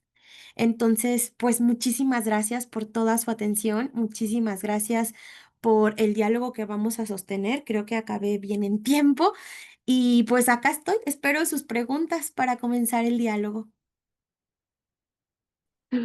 Muchísimas gracias, Juliana.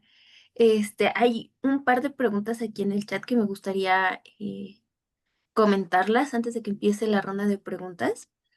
La primera es de Janet Bravo. Dice, estas violencias también dejan una marca en la corporalidad.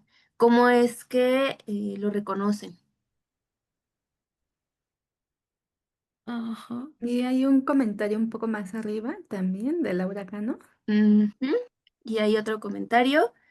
Bueno, Angélica también más arriba comenta, bueno, pregunta que si podrías repetir el nombre del colectivo.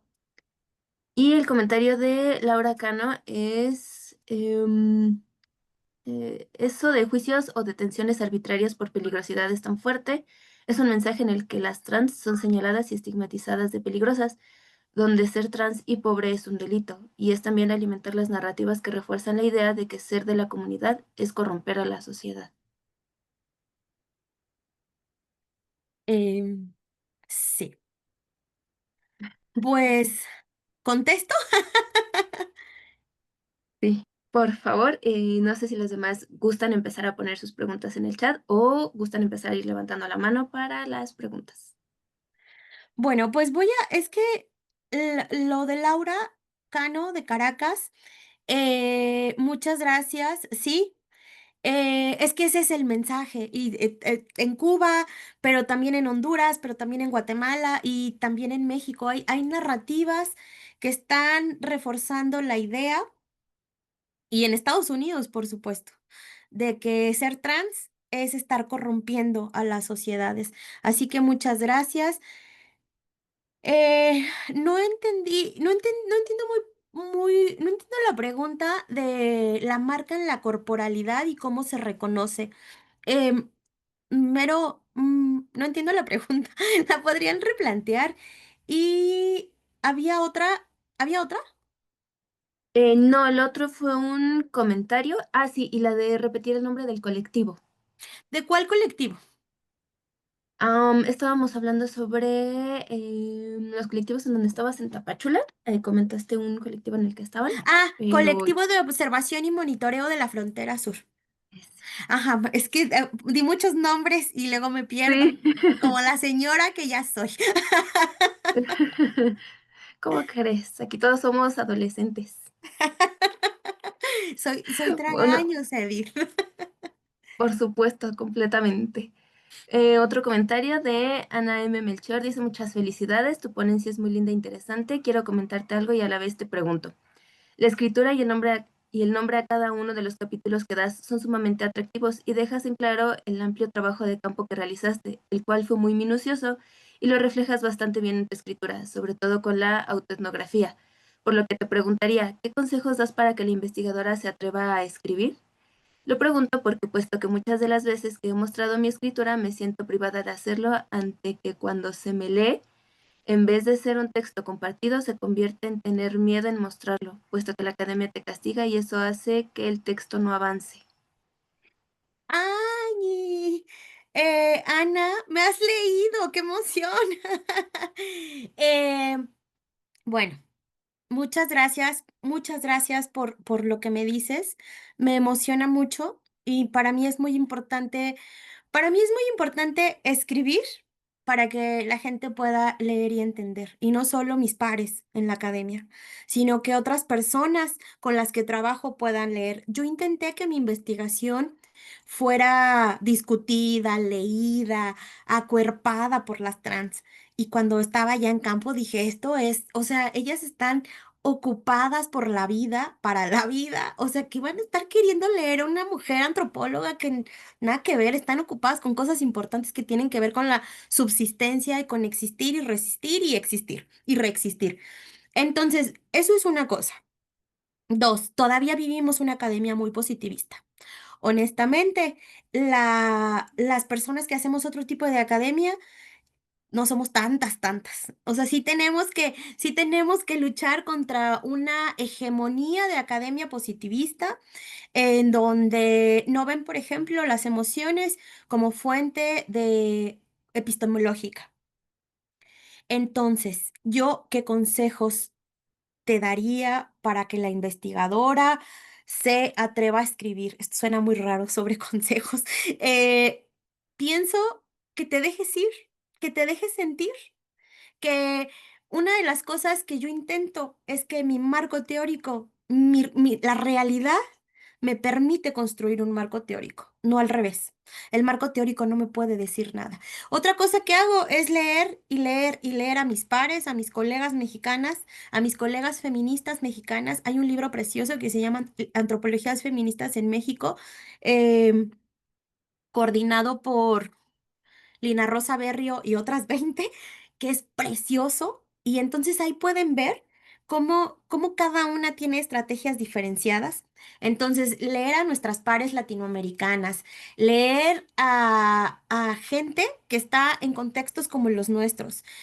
Otra cosa que siempre me parece importante es poner en el centro, situar nuestro conocimiento, saber desde dónde estamos conociendo, cómo estamos conociendo, porque saber desde dónde conocemos y qué estamos conociendo y cómo estamos conociendo nos permite ver que no estamos viendo. Y nos permite también saber por qué ciertas teorías nos parecen cercanas y ciertas teorías nos parecen despreciables a partir de nuestra propia situación de conocimiento. Entonces eso, y dejarte ir y dejarte sentir y de buscar acompañamientos que te lean. Que tus pares, que tus amigas, buscar grupos de personas que trabajan lo mismo que tú y que te lean y léanse entre sí. Leer a tus pares y leer a tus amigas, amigos, amigues, también es un acto de amor y es un acto político. Entonces, eso es muy importante, como conformar grupos de trabajo, porque el trabajo académico, el trabajo intelectual es un trabajo bien solo. En general es un trabajo de mucha soledad porque estás ahí bien sola escribiendo. El campo no, pero la escritura sí. Entonces, buscarte espacios en donde puedas hablar de tu trabajo y de escuchar otros trabajos y de dialogar de tu trabajo, eso es muy importante porque además le estamos dando un golpe al sistema, aunque sea un golpe chiquito, con que no estamos haciéndolo solas, solo soles e individuales, sino en colectivo. Y eso, y que te dejes ir y que te dejes sentir y también que busques lectoras y lectores. En la academia hay gente muy fea, así como hay gente maravillosa, hay gente muy violenta.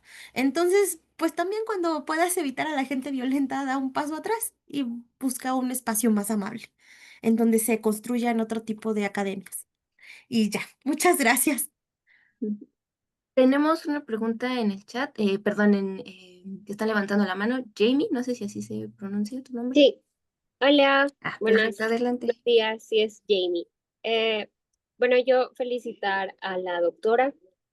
Yo también leí la introducción de la tesis y tengo anotadas un par de preguntas que me gustaría. Si pudieses dar quizás un poquito más de contexto, em, porque quería como profundizar en en este tipo de discusiones, ¿verdad?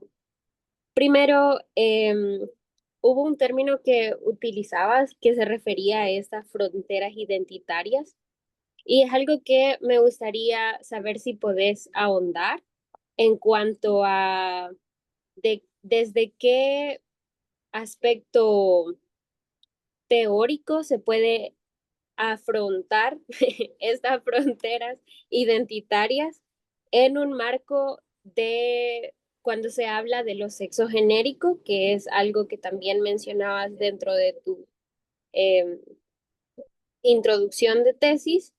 Y quisiera saber sobre este tipo de metodología que es nueva para mí, que es este diálogo de saberes, si puede ser quizás un poco más ahondado y esas son como en específico las preguntas que yo tengo sobre la discusión.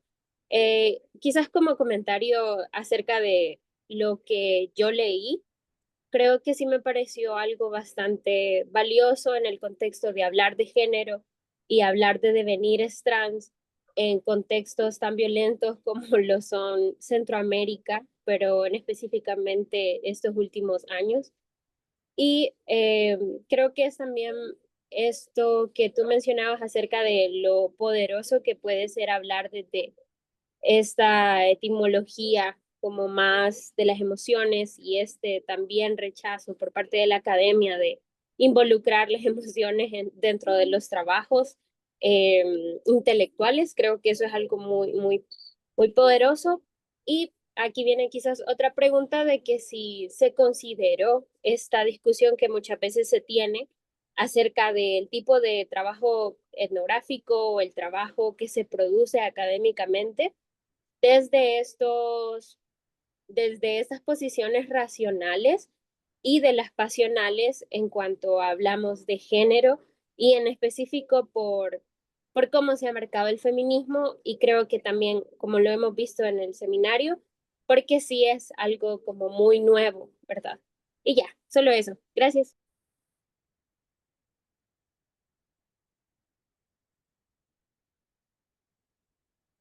¿Contesto o vas a tomar más, Edith?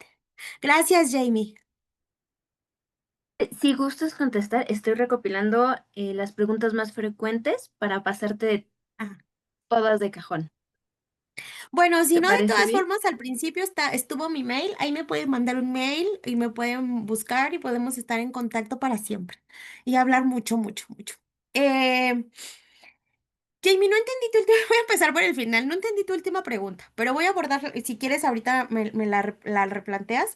Y sobre las dos primeras, sobre las fronteras identitarias, una de mis fuentes es Gloria Anzaldúa. Gloria Anzaldúa habla sobre la frontera como una herida, la frontera como identidad, la frontera como experiencia. Entonces, esa es una de mis fuentes. La frontera, si bien trabajo en fronteras políticas, hay otro tipo de fronteras. Otro tipo de fronteras que no son políticas y este tipo de fronteras no necesariamente son problemáticas, son espacios de unión, espacios de encuentro, espacios de posibilidad. Hay una autora mexicana que se llama, y es mi amiga, Andrea Padilla. Andrea Padilla, y Andrea Padilla, ella trabaja, tiene una tesis de doctorado bien bonita que es sobre las fronteras no políticas. Y entonces ella va construyendo narrativas de personas LGBT fronterizas, no necesariamente migrantes, pero sí fronterizas. Y entonces ella también nos va desarrollando esta capacidad de la frontera como concepto, como concepto analítico, más allá que de una dimensión divisoria. El diálogo de saberes es una aportación de una antropóloga feminista extraordinaria que se llama Rosalba Ida Hernández. ella fue mi directora de tesis de doctorado. Ella es también feminista antirracista que lleva haciendo un montón de trabajo con mujeres en prisión, con madres buscadoras y con personas indígenas en el sur de Chiapas. Entonces, una de las apuestas, bueno, a ver, me voy un poquito más atrás. El origen de la antropología es profundamente colonial, pero además la antropología es una de las ciencias que más se ha centrado en la autocrítica y en nuevas producciones epistemológicas. No digo que otras no, pero sí más la antropología. Y lo digo como socióloga y lo digo como antropóloga. Entonces, esta herencia colonial de la antropología es un cuestionamiento permanente. Pero además, cuando se suma no cuando se suma, cuando se abraza también el feminismo, los feminismos en la antropología, las dota de muchas posibilidades epistemológicas y ontológicas. Entonces, una de estas posibilidades epistemológicas es el diálogo de saberes, que te está diciendo que la persona que está investigando no tiene todo el conocimiento y que está al mismo nivel de conocimiento con las personas que está trabajando. Son lo que promueve es la horizontalidad.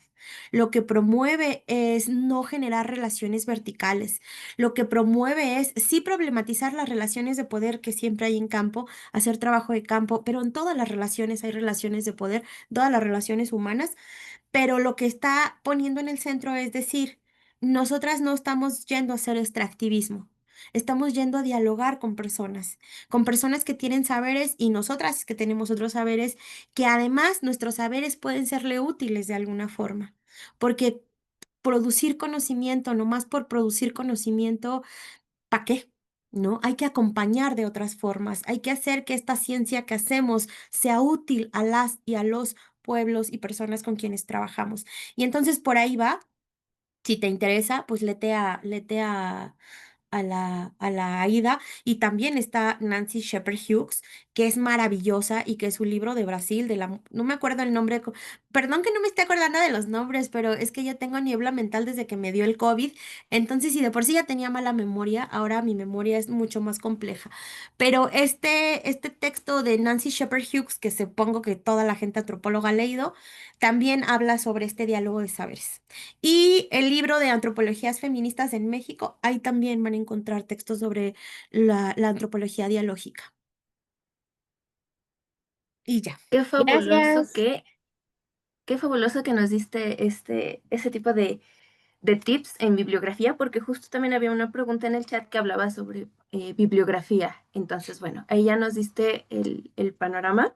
Y justo también en las preguntas reiteraban mucho tipo cuestiones de qué tipo de violencias estarían presentes en estas personas, estigmas, percepción y sobre todo si este tipo de eh, pues violencias y demás no fomentarían el forzar el trabajo sexual. Ahí van como 3 preguntas en una. ¿Me repites la pregunta, porfa? Sí, sí, sí, claro, perdón. Comentaban, por ejemplo, que qué tipos de violencia tendrían hacia estas personas, los estigmas que tendrían, la percepción hacia las personas y si este tipo de violencias, estigmas y percepciones fomentarían el trabajo sexual. Sería como forzarlo a. Muchas gracias. Bueno, voy a comenzar por el final. El trabajo sexual, como, como todo trabajo en este sistema capitalista, sostiene al sistema. Que debería desaparecer el trabajo como forma de explotación, sí. No solo el sexual, todo el trabajo en general, ¿no?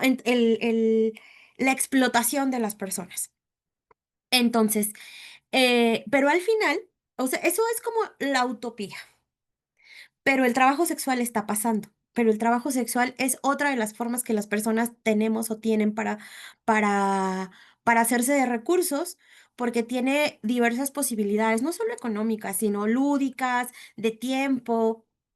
Entonces, la existencia del trabajo sexual, el acompañamiento y la exigencia de derechos en el trabajo sexual tiene que ver con acceso justo a derechos de las personas que lo están ejerciendo y a que lo hagan en condiciones menos violentas y menos con menos riesgos, porque cuando el trabajo sexual no está regulado o está estigmatizado, las personas que lo ejercen no solo pueden ser víctimas de las violencias de personas que lo contratan, sino del Estado, de las policías, de los policías, de la gente que pasa y les grita, de la gente que cree que el trabajo sexual no debería existir y entonces llegan y les dicen es que tú no deberías estar aquí. Entonces, que haya un reconocimiento del trabajo como trabajo y reconocer la exigencia a las trabajadoras sexuales tiene que ver con esto, con, con, con derechos y con cuidar que las personas o con acompañar que las personas puedan tener acceso a derechos y a una vida más libre y a una vida pues libre de violencia, como dicen las leyes. Pero esto en general, en particular con las mujeres trans, para las mujeres trans, como les decía, es esta posibilidad doble. Posibilidad en donde pueden ejercer su identidad de manera libre, donde ellas pueden ser ellas, porque hay espacios laborales. Ustedes, todas y todos y todes aquí, voltean a ver cuántas compañeras y compañeros trans tienen en sus espacios laborales. ¿Dónde están? ¿Qué están haciendo? ¿Por qué no les contratan? Y no es una cosa de que no hayan estudiado, o sea, sí es una cosa también de acceso a educación. Desde pequeñas, pequeños, pequeñes son excluidos por violencias. Y los que terminan los estudios universitarios y que pueden acceder a trabajos no pueden ir vestidas como personas trans, aunque en México haya reconocimiento legal, existe una transfobia, incluso hay grupos que dicen que las mujeres trans no existen, cuando reconocer los derechos de las mujeres trans no nos quita a ninguna otra persona ningún tipo de derechos. Entonces, como que se van sumando, o sea, es lo que la interseccionalidad también nos permite ver, cómo se van sumando diversas expresiones de discriminación, de violencias, de exclusión, para que las personas, el trabajo al que puedan accesar sea el trabajo sexual. Lo que tenemos que transformar, pues, son las prácticas cotidianas. O sea, las violencias hacia ellas y ellos están en todos los niveles y en esos todos los niveles son las prácticas cotidianas que tenemos que transformar. Desde el respeto a su existencia, desde el respeto a quién eres, cómo te llamas, cómo te nombro, desde hacer espacios seguros para las personas trans en los espacios en los que nosotras y nosotros y nosotres estamos. Eh, y después va a acompañar también las luchas que están viviendo o que están haciendo las personas trans en Ciudad. Por ejemplo, en Ciudad de México ahorita hay una lucha muy importante que están haciendo las trabajadoras sexuales en Tlalpan y es decirle al Estado, nos tienes que reconocer porque aquí estamos. No puedes llegar a poner una ciclovía sin pensar en nosotras porque nosotras habitamos este espacio y el espacio como la tierra es de quien lo trabaja y quien lo habita. Entonces, me parece importante que pegado a las violencias que ellas y ellos viven, es también hacer un, una autoexploración de qué violencias son las que yo ejerzo, en donde estoy con mis pares, con mis amigas, con mis amigos, qué chistes son los que me dan risa y qué chistes son los que permito, ¿no? Con qué grupos o con qué personas son con las que interactúo, que reproducen violencias o que acompañan derechos. Y me parece entonces que el tema de violencias es infinito, pero centrarse en lo que yo sí puedo hacer es importante y centrarse en cómo puedo acompañar es importante. Y en la academia, centrarse en poner en el centro, en decir, estas personas existen y existen estas condiciones que tenemos que transformar para que tengan una vida libre de violencia y acceso a derechos. Y yo creo que eso sería, Edith. Sí, ya nada más, por último, la Ujú. última pregunta es con respecto a políticas públicas y con respecto a prevención sobre las personas trans y sobre las líneas de trabajo que derivarían de tu trabajo. ¿Cómo, cuáles podrían ser la derivación de las líneas de trabajo derivadas de tu trabajo? Y en cuanto a políticas públicas, ¿qué es lo que recomendarías o cuál sería tu perspectiva en cuanto a una política pública? Eh, Perdón, es que me distraje un poco leyendo los comentarios. Bueno, los voy a bajar e insisto, si alguien quiere comunicarse conmigo, ahí mándame un mail Em, Es que, quiero retomar este comentario, perdóname, Didi, ahorita voy a lo que dices. No te Es que dice, preocupes. acá en mi universidad tenemos un colega hombre trans y sin problemas en toda la comunidad. Qué bueno, eso es maravilloso y lo aplaudo, en la UNAM también hay, pero es que no debería ser una persona. Deberíamos ser una comunidad en la que todas las personas de la LGBTIQ+, de la diversidad sexogenérica, pudiéramos tener acceso a los espacios libres de violencia y de estigma y de discriminación. Así que qué emoción ese compa en la UNICACH.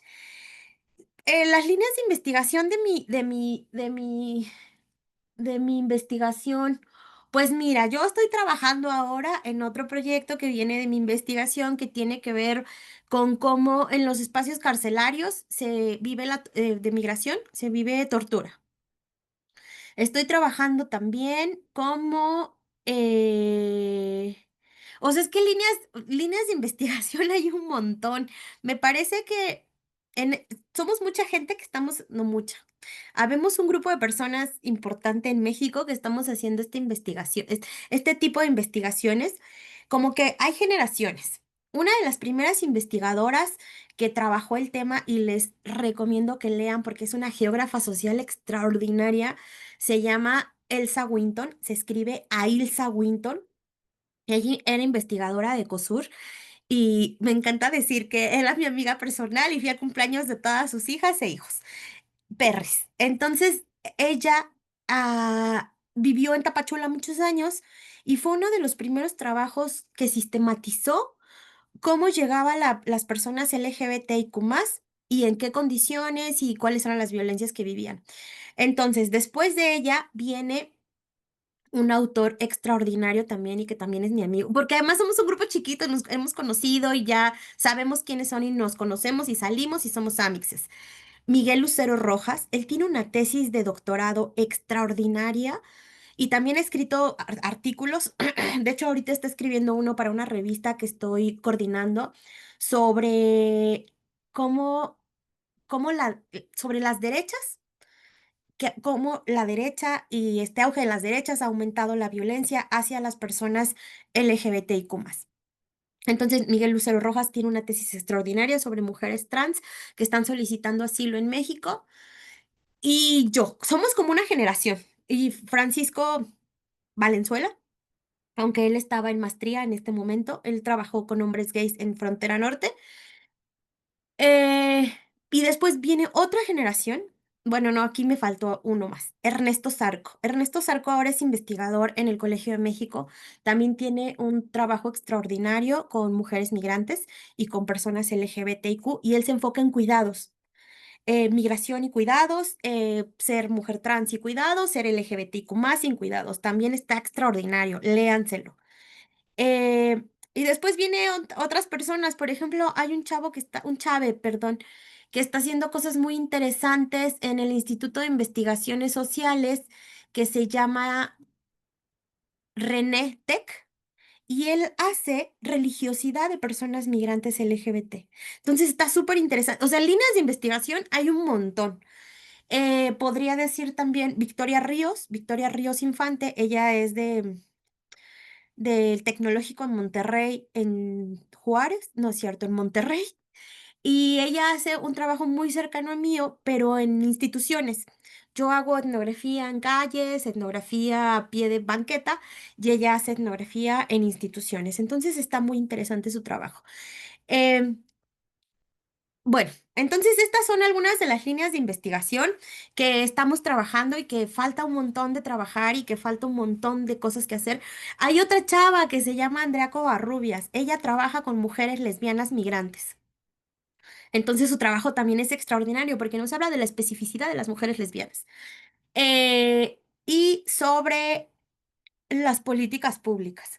Pues esto es muy complejo, porque si hablamos de política pública, tenemos una ley de migración que si ustedes la leen dicen, wow, esta ley estaba sustentada en los derechos humanos, pero cuando vemos la aplicación de la ley de migración, no hay, no esa ley no tiene accesibilidad, no se vive, no se ejerce.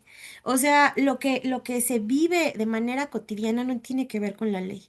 Entonces, lo que la política pública tendríamos que buscar está relacionado a cómo estamos recibiendo a las personas, en general, cómo estamos recibiendo a las personas migrantes del sur global, de los sures globales.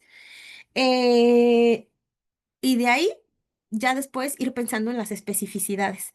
Y pienso que ahorita otra cosa es cómo se está vinculando el Estado con los albergues LGBTIQ, porque si bien estos albergues han dejado de recibir financiamiento extranjero y financiamiento humanitario, el Estado también les ha dejado ahí como de, a mí no me importa, hay que la gente se muera. No me importa. Entonces, esa si bien no es una política pública, también es un cuestionamiento que deberíamos hacer al Estado, ¿no? ¿Cómo está respondiendo a estos derechos y a este no derechos que están teniendo las personas? Pues yo creo que ya, esa sería mi respuesta. Fabuloso. La verdad es que yo me quedo muchísimo con esta parte de tienes que ser buena víctima para tener derechos, ¿no? Entonces creo que es súper aplicable a cualquier delito. Se me hace súper impresionante y no sé, es como que la frase que más me llevó, que me gustó muchísimo. Y me gustaría, por ejemplo, también leerte muchos de los comentarios, aparte de que te felicitan y te agradecen muchísimo tu excelente ponencia, muy reflexiva y, y muy, muy bonita. La verdad es que, no sé, no hablo por los demás, pero nos hace pensar mucho en todo lo que está pasando, ¿no? Y que a veces ignoramos. Dice Zaira Yadira Morales, estimada Juliana, me encantó tu presentación, estoy totalmente de acuerdo con todo lo que señalas. Como mujer cis y feminista hay un tema que últimamente me ha llamado la atención y es que desde ciertas corrientes del feminismo se cuestiona, incluso ridiculiza el término cis y se dice que solo hay dos sexos, incluso que hay una agenda que pugna por el borrado de mujeres. Si bien para mí es importante aclarar que respeto a todas las corrientes feministas, me cuesta dejar de ver estas corrientes como transodiantes y me gustaría saber si tú crees que hay un conflicto real entre el feminismo y la filosofía queer y cómo podríamos conciliar posturas. Desde mi perspectiva, se pierde de vista el verdadero enemigo que para mí es el heteropatriarcado. Bueno, te felicitan, felicidades por tu investigación.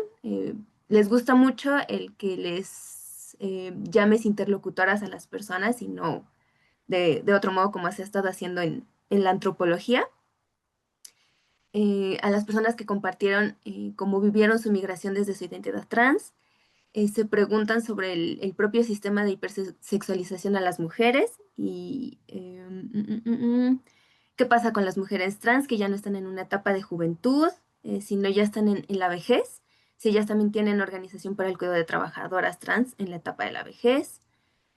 Y bueno, nos podemos seguir con muchas, muchas felicitaciones. Mónica Yadira también dice muchas gracias. Quisiera saber si a partir de tu tesis doctoral, bueno, las políticas públicas que ya habíamos comentado.